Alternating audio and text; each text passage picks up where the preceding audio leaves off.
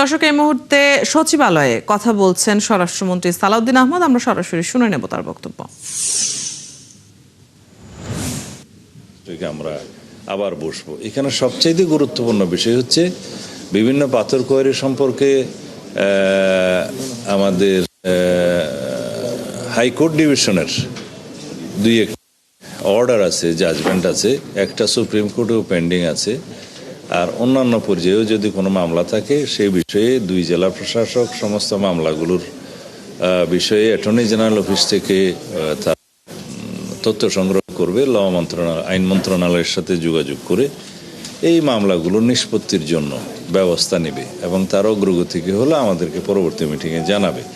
আমরা যাই করব আইন মেনে এবং আদালতের রায়কে মাথায় রেখে সম্মান জানিয়ে আমরা বিধি মোতাবেক করার চেষ্টা করব। ধন্যবাদ। আমরা তো আজকে আছি, গতকালকেরটা তো পত্রিকায় এসে গেছে। আমরা ওই বিষয়ে কোনো প্রেস ব্রিফিং করিনি, ওই বিষয়ে আমরা কোনো প্রেস ব্রিফিং করিনি।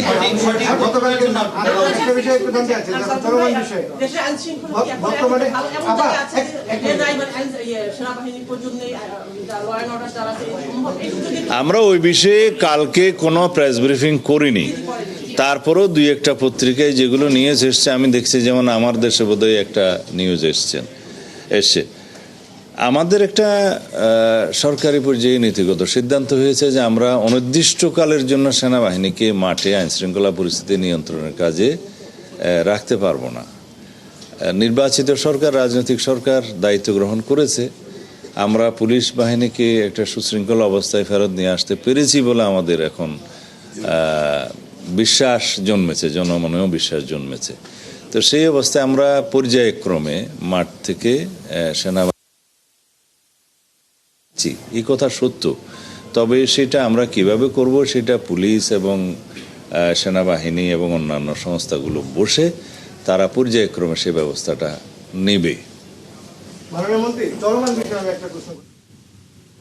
সচিবালয়ে স্বরাষ্ট্রমন্ত্রীর ব্রিফিংয়ে এতক্ষণ সরাসরি যুক্ত ছিলাম আমরা।